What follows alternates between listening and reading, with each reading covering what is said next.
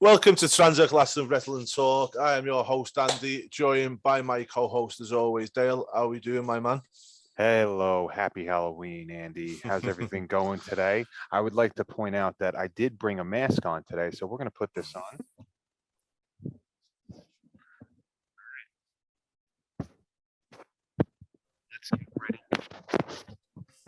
Let's get ready to rob some banks. Do you know what? You actually look like a wrestler who wrestles on a little indie show that I go to called Superstars of Wrestling in Liverpool, and his name's Barry P. Wet. Barry P. Wet? Yeah. That's brilliant. That's brilliant. So I guess he shops at the same $15 wrestling mask store that I do. I think so, mate. Yeah, I think it's so. tough on the indie markets. You know that. Yeah. I'll have to send you the picture of him. He's hilarious, honestly. Well, I'm going to be billed as Pollo McChicken. I'll take that. Take it. Yes. I'll tell you what, it looks like you've got a cloak on as well with your t-shirt and a cloak over the top of it. Yes, I am the Death Master of Chicken.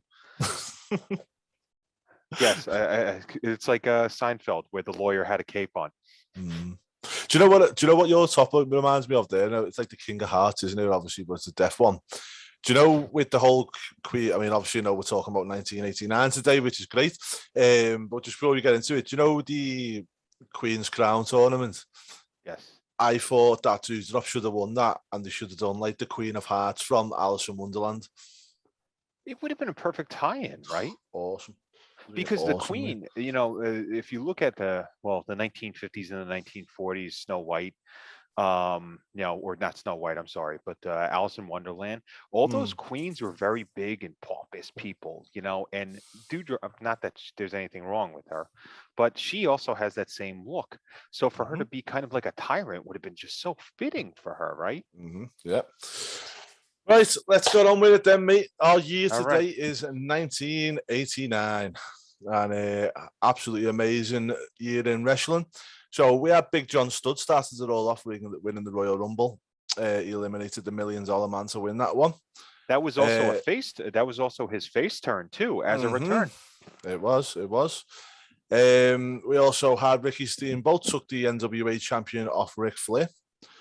We had the Mega Powers collide at WrestleMania with Hulk Hogan coming out on top on that one. Then Ric Flair took the belt back from Ricky Steamboat to win the NWA World Championship back again. Flair didn't used to use it that much in them days. Then we had back at SummerSlam, we had Brutus the Barber Beefcake and Hulk Hogan versus Macho Man and Zeus. It was a very bad match, but we all like Tony Liston, Tiny Liston. Between him and his work in No Holds Barred, the very, very critical movie for the growth of wrestling, forever. It will always be remembered. And what was Hogan's name? Rip in that, correct? Rip. It was Taylor. Rip Taylor, wasn't it? Yeah. Yeah. It's just the ever famous. What a great movie, wasn't it? Everything. It was the most awkward hotel non-sex scene I've ever seen in my life. It's one of the best movies Hogan's done, though. That's like putting lipstick on a pig, man. Yeah, that's it, isn't it? Also, we had Halloween Havoc that year, October, around this time. Well, it was actually the 28th, so we're a couple of days out when we're recording this. Ric Flair and Sting defeated the Great Muta and Terry Funk in a Thunderdome match. Yes. Wonder where they got that one for the original Thunderdome, eh?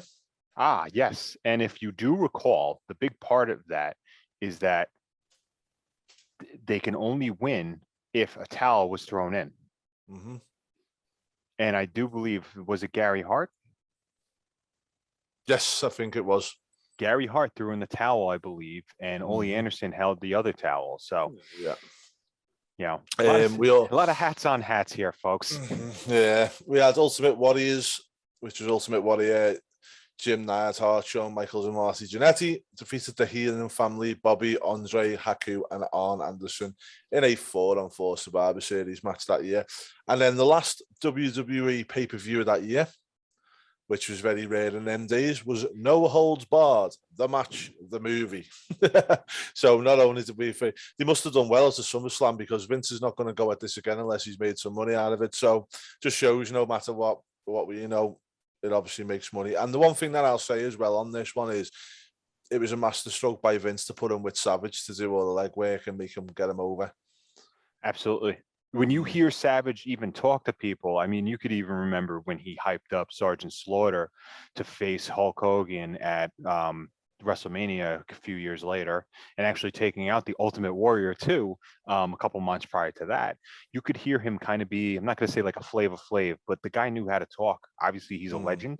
We don't even need to go into who he was, but it's just a pairing. He just knew what to do with anybody, any given talent that he had. And that comes back even when he was in Memphis. Him and his brother and his father, I should say too, they had a strong influence on the territories there.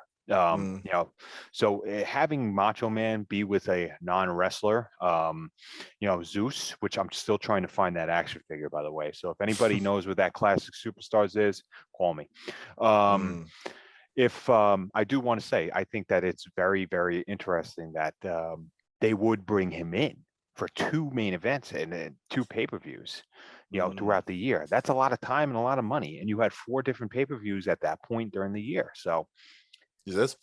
And that was in a steel cage match. It was a rerun of the same match from SummerSlam, but it was in a steel cage this time. So obviously steel cage matches back then were used quite sparingly, weren't they? So it was obviously a big deal when they busted out the cage back then. Rightfully so, too.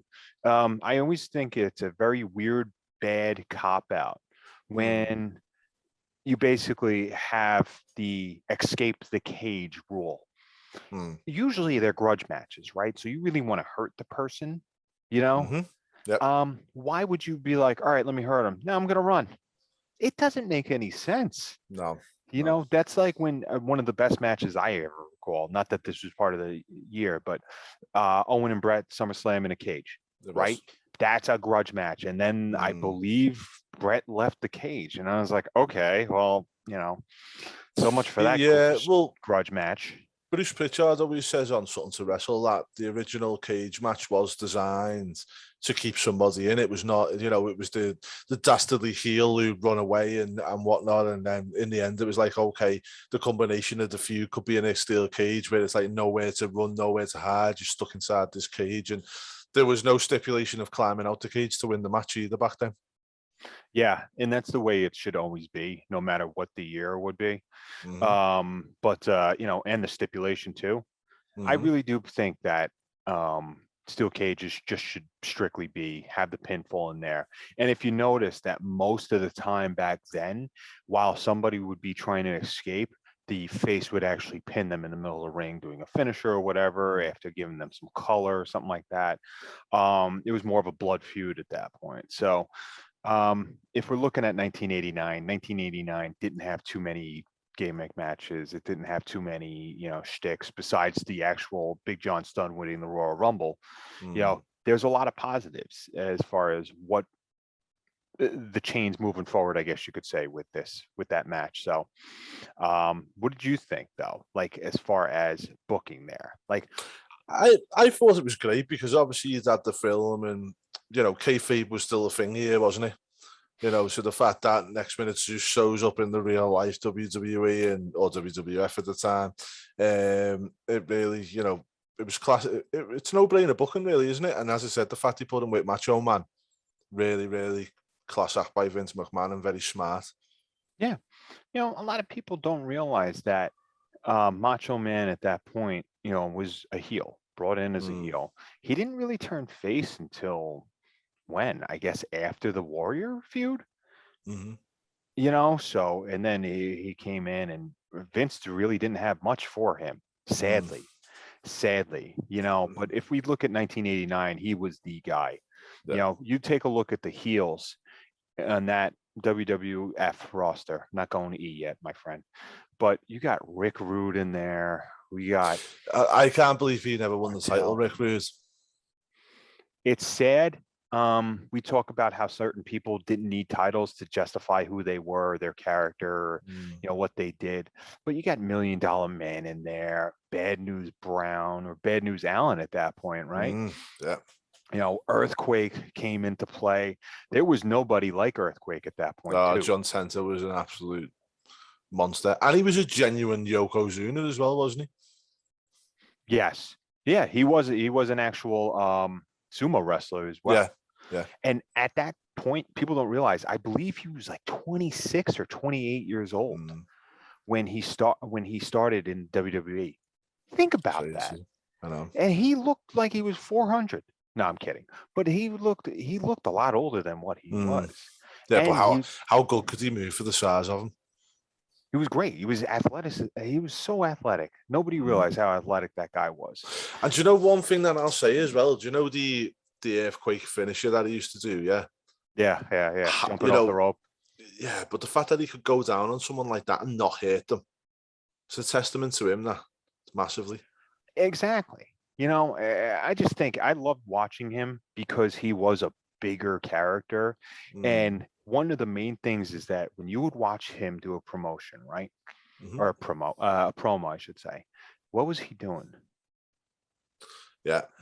This is what you think of rumbling. This is an earthquake. That's not dedication. That's brilliance. Because he depicted this. God, I'm telling you, you watch an earthquake promo and you're going to see this every single time now, and you're not going to let go of it. And I think Jimmy Hart was his manager at that point too. Yeah, it was really good. Just go back on what we were saying there. Big John Studd Royal Rumble match. Back then you didn't get a title shot for winning the Royal Rumble. Pop quiz: what year was the first title shot given for winning the Royal Rumble? They didn't need to do it with Hogan because he was a champion at that point, I believe, and won it, right? I think 93? Nope, 91. 91, okay. All right. I'm just going to check I'm right. And Flair was 92, Flair and he was the champion, and that was probably the greatest Royal Rumble ever. At one point, you and I will discuss 1992 and the star power and how weird that is, that the champion comes in from another place and actually brings the title here just to brag. I mean, it's brilliance. AEW thinks that they're doing that every day, but I do apologize. You are 100% right. It was 1993. It was 93 because I thought it was 91 because didn't Hogan win the Rumble and then he went on to face Slaughter at WrestleMania? That's because of they knew that the Warrior wasn't going to be the Warrior wasn't going to be that main event attraction, no matter what WWE wants to tell you nowadays, and whatever they want to scrap as far as his blemish on the world of wrestling, because we seem to be forgetting who he was and how much of a dickhead he was. Yeah. Vince said, you know what, I can't trust this guy. So that's why they had Sergeant Slaughter take the title off him. Yeah, think about it. Yeah. Okay. And I'm going to give you another little pop quiz very quickly before we move on to some more detail in 1990. There's only ever been 3 winners of the Royal Rumble back to back. Okay. So I'm going to give you the first one, which was Hogan in 1991. Who else? Shawn Michaels and Steve Austin. Spot on. Good man. Thank you. Oh, hold on. Let me do. I'm going to give myself a Horowitz. I love Barry. Okay, so in 1989 as well, the first ever event in the UK took place. It was the inaugural UK Rampage. Okay, so there was no. There's no British Bulldog on this because the Bulldogs had left, and I think Davey Boy hadn't made his way back. So we've got some of the matches on here are great. Jim Duggan, Hacksaw versus Honky Tonk Man, Dino Bravo versus Bret Hart, the Rockers versus the Fabulous Rougeaus. Believe it or not, the Brooklyn Brawler defeated Paul Roma on that card. Paul, huh? That's terrible. Yeah, and then Hogan defeated Randy Savage. Now, there was a future British superstar that appeared on this card on the first match of the night. Can you name him? It's his first night on the card on WWF, you're saying? 1989. And he was, so I would think that he is from the UK. Well, no, sorry, he's not. He's Irish. He's Irish. Might give you Seamus. No. 1989. I know. I thought you would have got it when I said that. It was very obvious. Wasn't not sure. Who was it? He's a producer in WWE at the moment. He was very, very well respected. Finley? Dave Finley. Really? Dave Finley was on this card. Did he have the long brown hair that he had in WCW where he looked kind of homeless? I believe he probably would have in 1989, yeah. Good for him. What a talent. Were you surprised when they brought him in to wrestle in the mid-2000s? I was very surprised because I know of Dave Finley being old in 1995. So the fact that they brought him in that time was just awesome. Yeah. And, it was justified because he had a great run, didn't he? Of course. Even without the Hornswoggle. Even without that going on. I think that he was more like a trainer at that point, too. Or a booker, I'm sorry. And he just did wonders, obviously. With he helped the women's division of today. People don't realize that. He shaped them. That's why you have credible women that are actually in the WWF now. WWE, well, WWQ, whatever. Here's a very ironic situation as well. So Dave Finley was on the first UK Rampage. On the very next one, which was 1991, so they had a year gap after that. Who was on the first match of there? Who's also well known for being a great trainer and spotter of talent and whatnot. Regal? Regal's. Really? It was Steven Regal. He wasn't a Lord yet, right? Otherwise, he wouldn't be doing those jobs. He was not. No, he actually won the match. He was. It looks like on the first two UK Rampages, they done two local talents because they had Dave Taylor, Steve Regal, and Tony St. Clair defeated Drew McDonald, Chick Cullen, and Johnny South. So I think it's just like a UK kind of match. Do you know what I mean? That's smart to actually start that up with too, if you think about it. I like that. Considering that was their first ever. Venture over to the UK. I suppose they might have been. I wonder if Dave Finley and Steven Regal both had some kind of tryout matches at this point. You would have to think that. The only reason why I'm saying that is because these two had chemistry all throughout the next decade together. Remember, they had a brutal street fight, right? In WCW, where Regal was busted open right in the nose. Once again, another one of those matches where it says hit now, apologize later. And those two guys were, Regal was a guy that, he was bare knuckle boxer, correct? And had to fight people in Blackpool, his keepsake as far as money goes, he had to protect that. So people are always going after, his gold. Oh, wait, that's the wrong stereotype, right?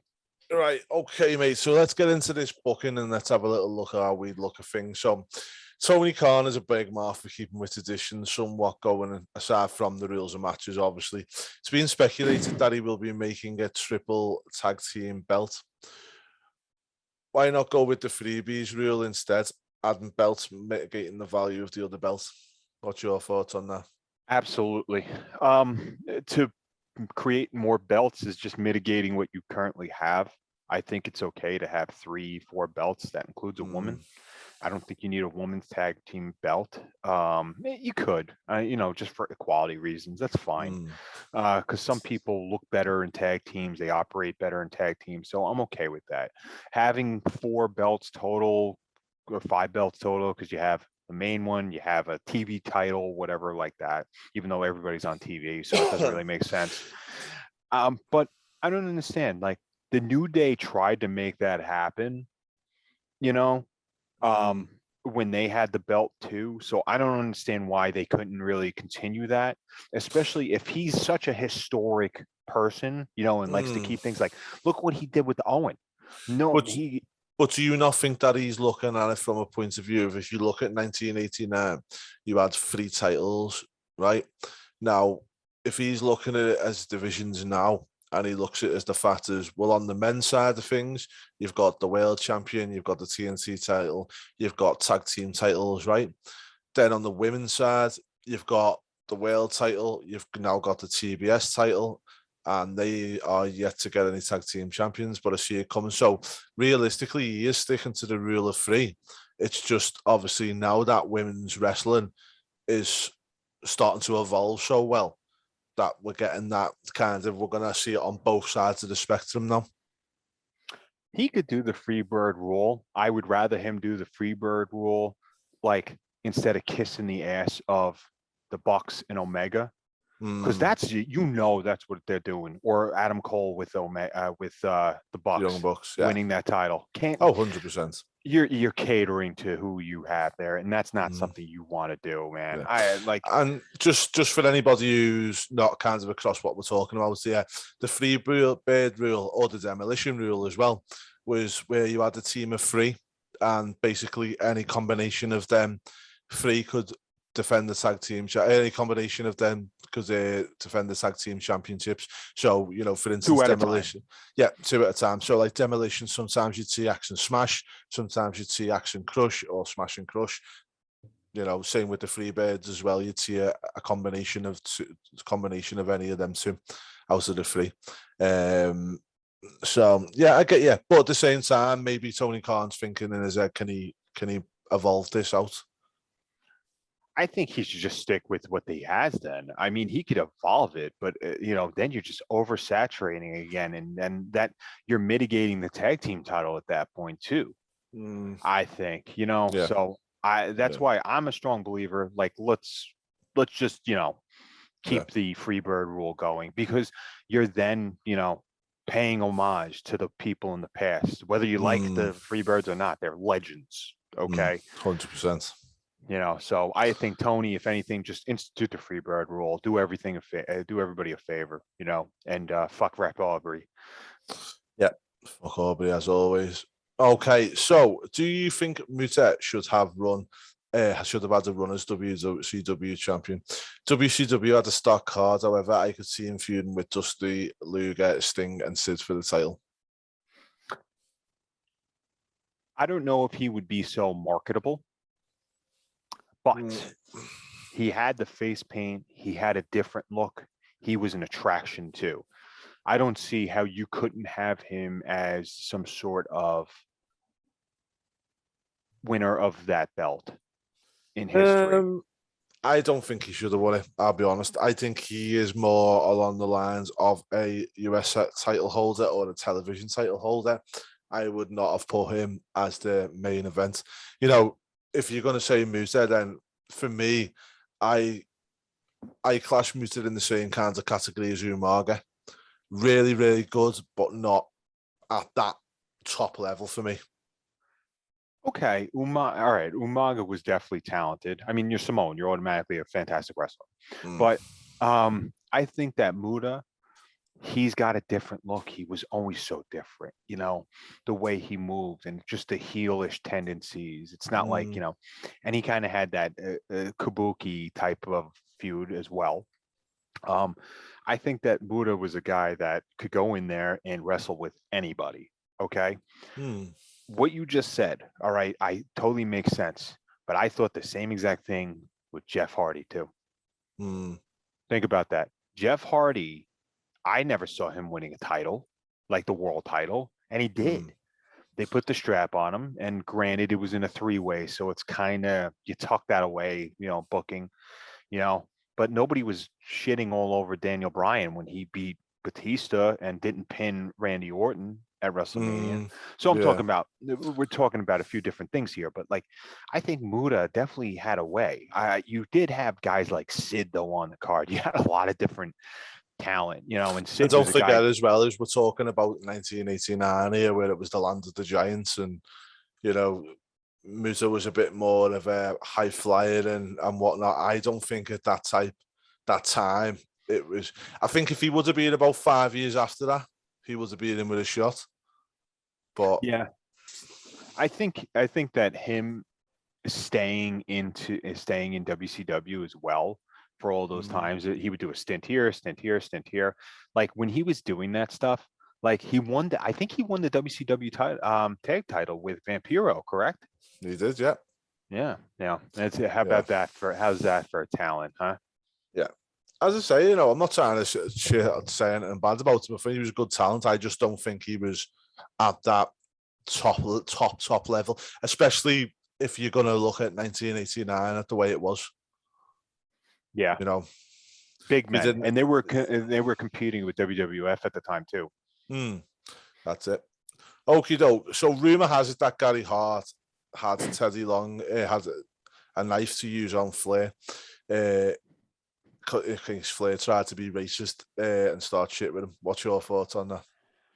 So, if anybody's wondering, you and I, we talk about what to do. So I forgot that this question was one that we discussed prior.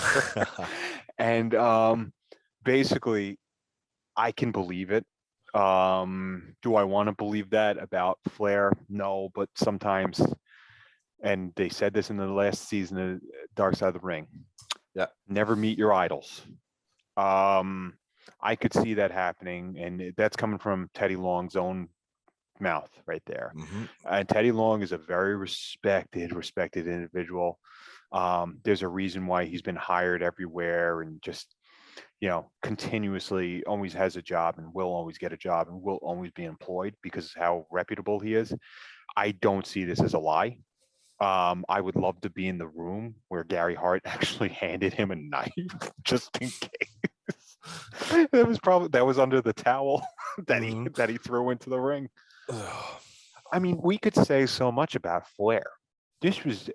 Were these Flair's peak days? Maybe accordingly, they could have been. I think his peak days were gone by this point. I don't say gone, but I'm going to say that Flair, was on the downturn. Yeah. Yeah, I don't think.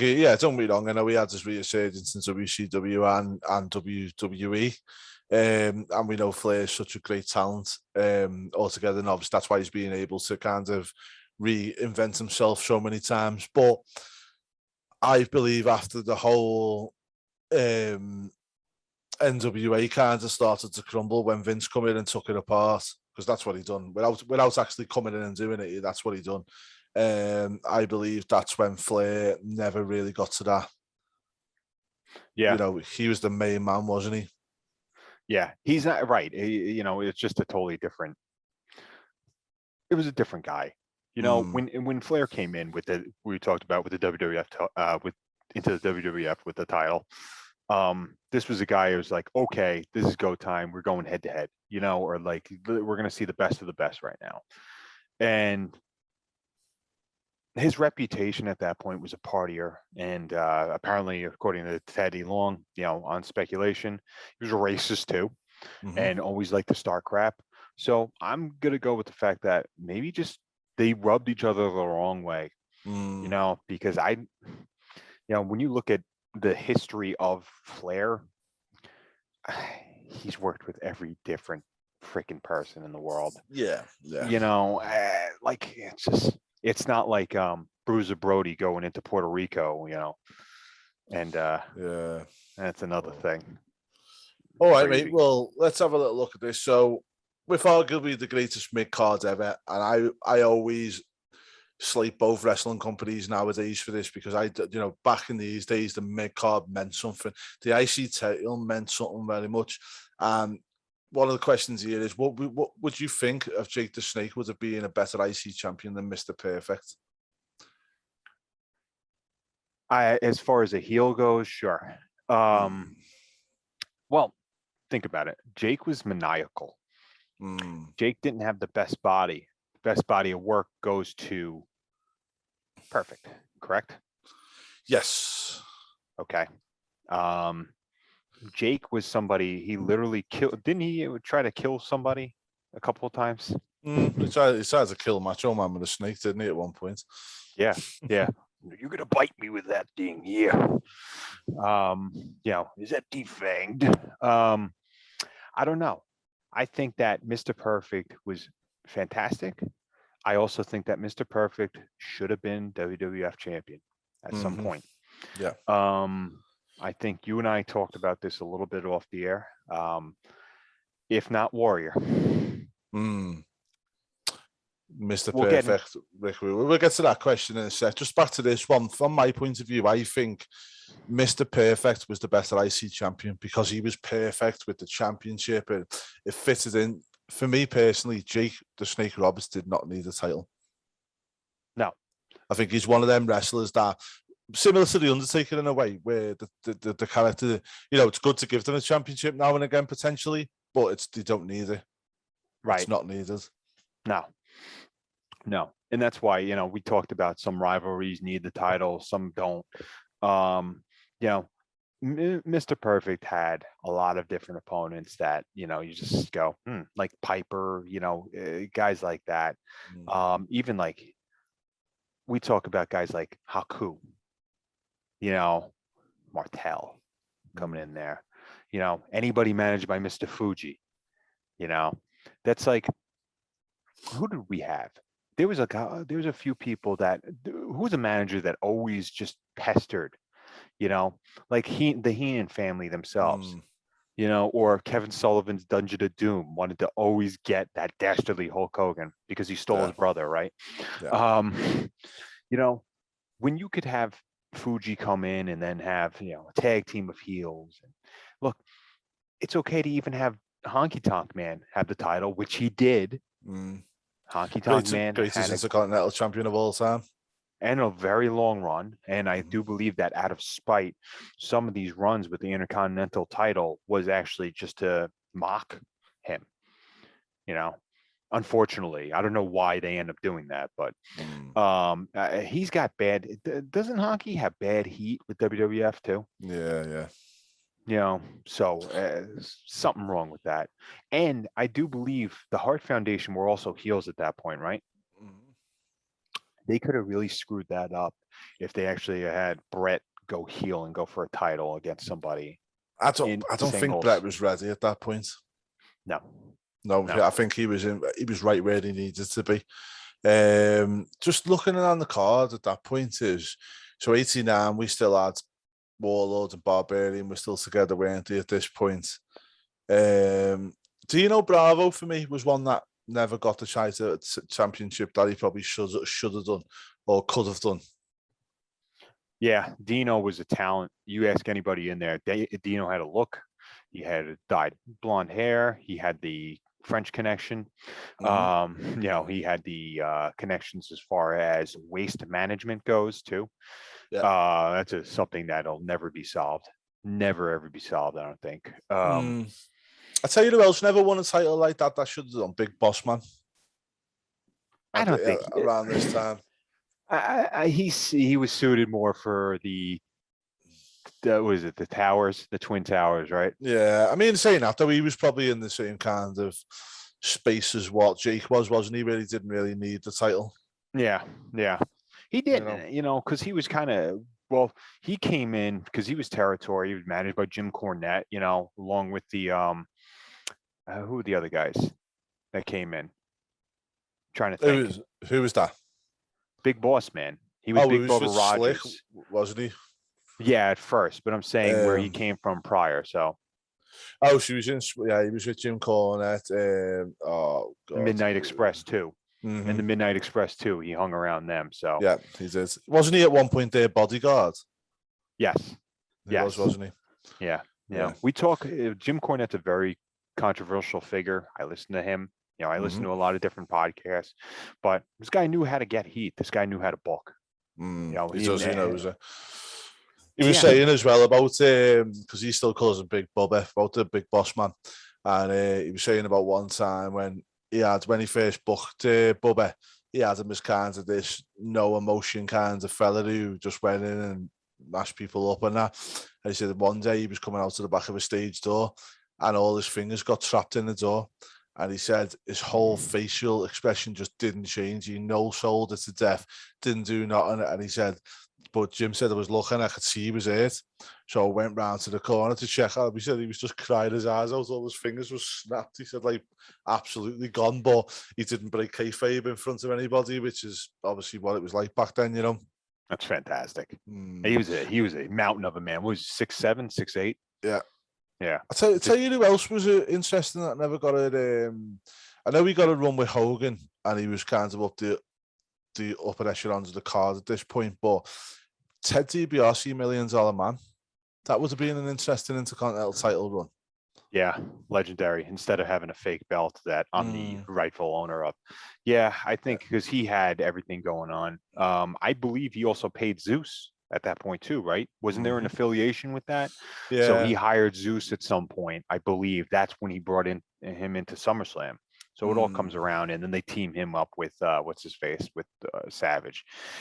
He did actually win after WWE champion or WWF championship for the day, didn't he? That he bought off Andre as well. That's illegal. I've seen receipts too. The receipts are there, so he couldn't really do anything about it. But yeah, $1 Million Man was just one of the best heels ever you could have. To go back to this question, who will we have rather than Mr. Perfect as champion? I would say the contenders for me would be Macho Man Randy Savage, $1 Million Man. As far as the WWF champion at that point? Yeah. If it was an Ultimate Warrior, you're saying? Oh, sorry, no. That's just for Intercontinental. We'll get on to the World Championship in a second. I agree. One question I want to ask you on this one as well. Right, so in this year, the King of the Ring was held again. I think it was the third ever one, if my memory serves me correct. Do you know who the winner was this year? Was this Harley Race? No, Tito Santana. It was Tito. Okay, excellent, huh? No, not for me. Arriba. I never got Tito Santana. I'll be totally honest with you. Never got him. Didn't think. I thought he was a good in-ring worker and stuff, but I never really thought he. You know, I'm not going to sit here and say, and I like my whole entertainment and. You know what I mean? And all that stuff. And I just didn't think Tito was always a Reba or the little punch of the air. He didn't have that charisma for me. He was better suited with Strike Force, you mean? Yeah, 100%. Yeah, Which, I agree. To be fair, the final was a Strike Force Collides match. Yes. With probably, I'd say, top 5 most underrated heels ever. Rick Martel, was enough. And that was another person, he ended up winning the Intercontinental title when 92. He did. Yeah, 92. Okay, yeah. So I'm going to name the people that were in this tournament, as well as Tito Santana. And if we look going on from this King of the Ring, we had Owen Hart win it. It fired him up. Booker T was a prime example of what the King of the Ring can do for you. Steve Austin's famous promo. So there was a lot of different things that could go with King of the Ring. Now, out of these people, who would you say it could have took them to that World Championship level or to the next level in their career? So we had Brutus Beefcake, Akeem, Hercules, Jim the Neidhart, Bushwhacker Butch, the Warlord, Bad News Brown, Rick Martel, Bill Woods, Bushwhacker Luke, Nikolai Volkov, Jimmy Snuka, the Barbarian, Haku, and the Red Rooster. That's a lot of people just in that tournament. And that was over a course of what, a month, I believe? It was. Yeah. It was, sorry, yeah. It's King of the Ring, 1989. Yeah, so it wasn't a full tournament. It was just over the time. Okay. That happens. Look, all right. First of all, were they really starving for that many people if they have both bushwhackers in singles matches? Well, back then they didn't have a lot of talent, did they? If you think about it, they didn't have massive roster like they do now. I don't know. I could see it was Paul Roma in the tournament. How about SD Jones? Were they still training? Were they still manufacturing people like the Rockers at that point too? And do you know what's crazy about this as well? So Bushwhacker Butch obviously got fed to the Warlord, yeah, and he beat the Warlord. Bushwhacker Luke faced off against Nikolai Volkov and progressed to the second round, where he was unfortunate against Rick Martel. That's awful. Yeah, That is awful. But Like, back to isn't the it original. depressing? Yeah, but it's one of them, isn't it? I suppose if they've got, because let's face it as well, is on the opening night of this tournament, it's whoever they've actually got at them to, because they didn't have all the talent didn't have to attend every single taping and whatnot back in them days, did they? So, they've probably looked and gone, well, who have we got nearby? Because back then it wasn't the big, let's not forget 89. Vince McMahon was still on his way to the top. He hadn't got there at that point. Yeah, and the production wasn't the way it was. Like they didn't give a shit about, drapes and, decorating the place. And don't forget as well, they used to run multiple towns on the same night. Yep. So also, this could be a matter of, well, this is what we've got here with us. Yeah, and we want to do this thing. So, but back to the original question: who do you think would have made a good king out of them and could have actually took the king gimmick on and made it work well? Well, we had a King Haku. Mm-hmm. That was a guy that all throughout years now his legend is past as far as like what we hear about. It's stuff that's, how do you say it, behind the ropes or behind the curtain. You hear about how he would kill everybody in any type of fight ever. Harley Race was another guy. He was a king of as well. And if you heard the advertisement, this is the best part. When WWE actually would say that they have the king and they would tour to Memphis, Jerry Lawler said, fuck you. He sued WWF because he's like, I'm the king. Yeah. You cannot advertise the king because that's me. So that's why Harley Race, they had the king of WWF or whatever. So a lot of different weird things going on there. But you could have stuff as far as, I could see back then it was very faux pas, but why not have Brett or Jim Neidhart? Okay, well, Brett wasn't in the tournament. No, but if let's say hypothetically, you could have Neidhart win, and Brett would help him out during the time.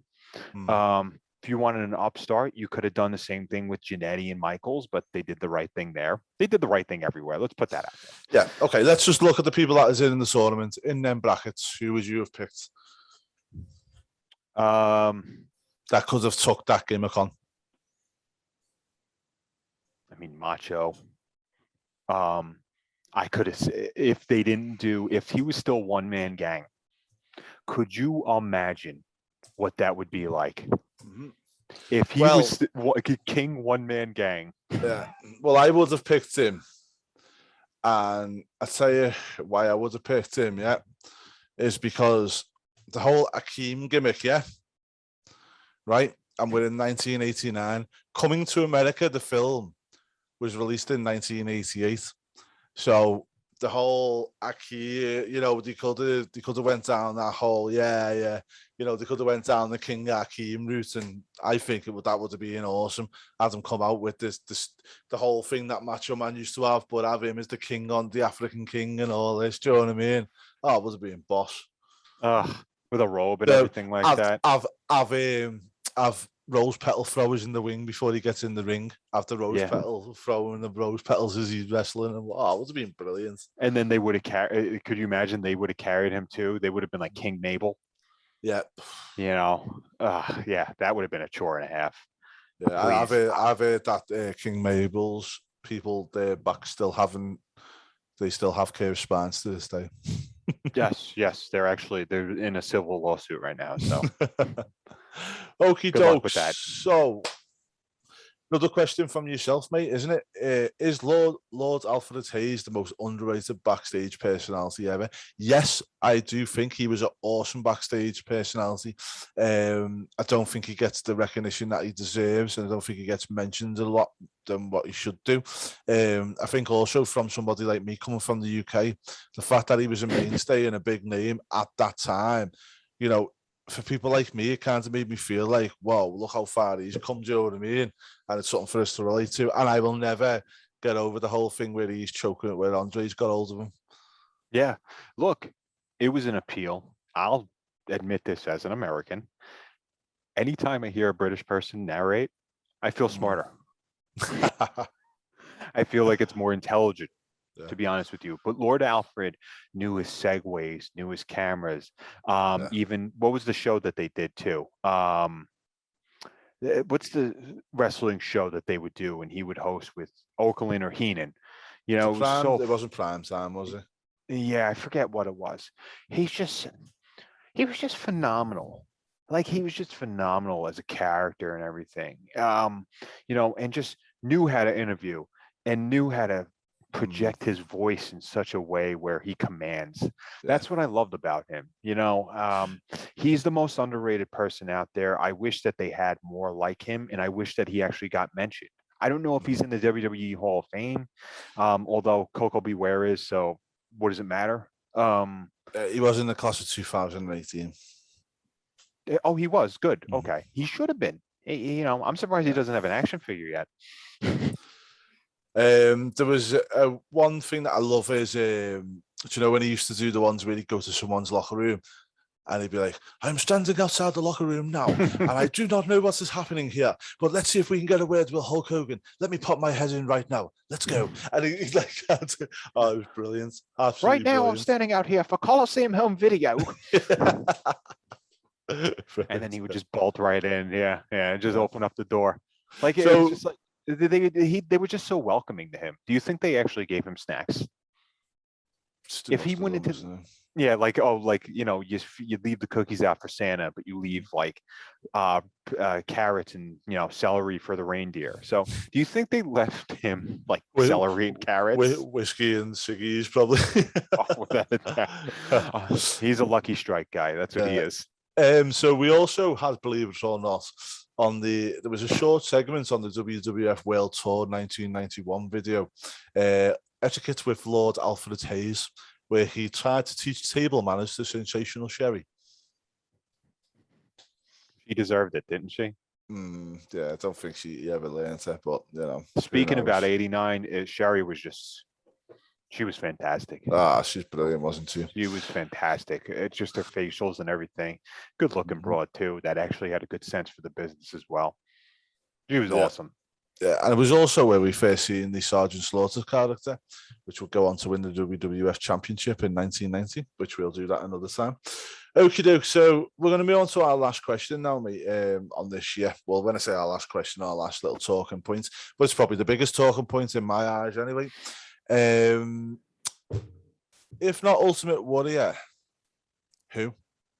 So obviously, just to go, you know, we haven't really got to Warrior Hogan, but even in this year, we can see Warrior wins the Intercontinental from Rick Rude.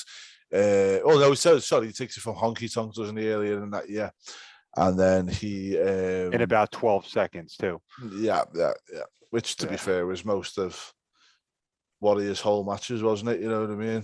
Yep. Come in, bury, leave. Yeah, it's just the way it was, wasn't it? Yep. So we had that, and then obviously, I know in 1990, but he received a big push. He squashed Honky Tonk Man in 27 seconds, to be precise, at SummerSlam. And this was back in the day when they used to build people quite significantly, and we know Rick Rude took the Intercontinental title back off Warrior, and then he lost it again before. Obviously, we went into the next year after that. He also feuded with Andre at this point. Now, if Warrior wasn't going to get this push at this point, who else would it have been?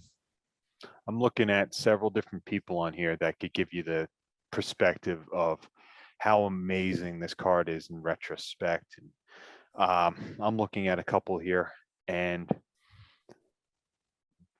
why couldn't you put it on Dusty?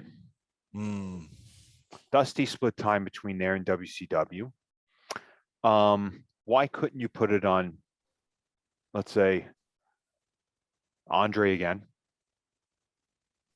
That's Hacksaw was another person that could definitely lead the charge in this. I think he was in the bad books, wasn't he, for smoking crack with Cheeky Baby? He got caught. It happens to the best of us. Yeah. You know. Well, I don't think he was smoking crack. I think it was Sheik that was doing it, wasn't it? But you know, he was King Hacksaw at the time. He was on his way up, and it was weed. Yeah, but they found a lot. She could be smoking crack, and they found that in the back of the car as well. Oh, that's when they do the Colonel Mustafa change, right? Yeah. But obviously, we also seen the rise of Sergeant Slaughter in this year as well. Mm-hmm. He was on his way through, and then we had the Mega Powers explode in this year. Obviously, Warlord. I thought Warlord was a really Vince McMahon WWF superstar in the making that never got there. No, he was just strong, just immensely strong. Yeah. Do you feel like he didn't get there because he couldn't speak on the mic? He had Slick though, and then when you had him and the Powers of Pain, correct, with Barbarian, yeah, that was the version of, I guess you could say, who did you like better? Did you like them or Doom? Them. Yeah. Doom was incredible, though. I mean, Doom was incredible, though. Look at it. It's literally power. It's amazing to me. I do believe that Warlord was definitely somebody that could be a champion. He was stiff, but when you had Ultimate Warrior there, like, it's still who would you prefer? And I mean, go with the guy. I don't think there's anyone that could have took Warrior's boots at this point. No, I mean, I'll tell you what, from a different aspect, though. I see one person on here that had the accolades and just, I'm not going to say they threw away, but they saw something lesser for him. I'm looking at Tully Blanchard. If you take a look at Tully, okay, especially when he was doing coke, he was one of the best heels. The NWA ran with them for how long? They had him with the Brainbusters, a lovable, I'm not going to say lovable, but they were a fantastic tag team. Bobby the Brain Heenan is just gold once again, so you had that working for him. Tully is one of the best. Even when you listen to him in AEW, he's still one of the best out there, cutting promos, him and Arn. But he wasn't a big, massive unit, and that's what WWE was at that point. That's where the big problem comes in, doesn't it? Yeah, I know. And it sucks too. If you brought Rey Mysterio in back then, he would just, where would he be? He'd be nowhere. He wouldn't have got there. He would have been Max Mini. Yeah. Okie doke, mate. So we're going to look to wrap this up now for the year 1989. Obviously, there's still a lot that we can talk about, and we will do more future episodes where we'll revisit each year and stuff like that, because obviously we only have an hour time limit on these. But right, we're going to finish off with a little bit of a game here. So I hope you're ready to guess on these ones, pal. But even back in 89, Uncle Dave was about with the Wrestling Observer. That's when wrestlers didn't want to hang out with them too. Okay, so Wrestler of the Year from Uncle Dave of 89. Oh boy, 1989 Wrestler of the Year, Kenny Omega. Wrestler of the Year, 1989. Macho Man? No, Ric Flair. Okay, all right. Okay, most outstanding Wrestler of the Year. Outstanding. Now it sounds like that could, okay, outstanding. Couldn't that be considered somebody that's like a rookie? Could do, yeah.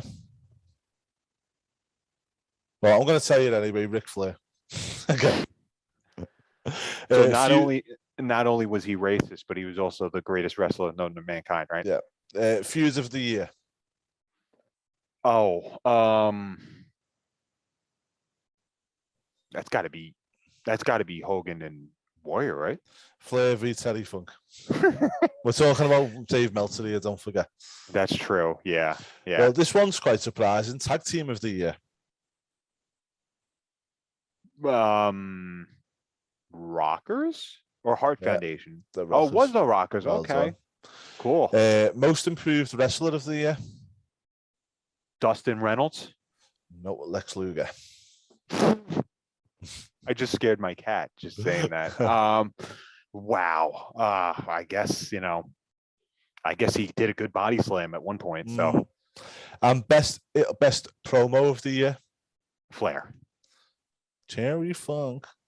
Oh, yeah, I'm not going to make it today because my horse is sick, so I can't be a knight. I can't be a knight for Jerry. Oh. See, I loved Terry Funk, but I don't get how they can give him as the best promo. If he was heart, man. He had a lot of fire, dude. Yeah. You know, but when you've got the likes of, Randy Savage, Dusty Rhodes, and people like that who are knocking around, no disrespect to the Funkster, I love Terry, but I don't think he's Jake the Snake Roberts at that point as well. Yeah, there's a lot of massive promos there that probably. But you and I say the same thing about Moxley, though. There's some, granted, what we think about is wrestling, which has been shit. I think that his promos are great. He had a great promo the other day.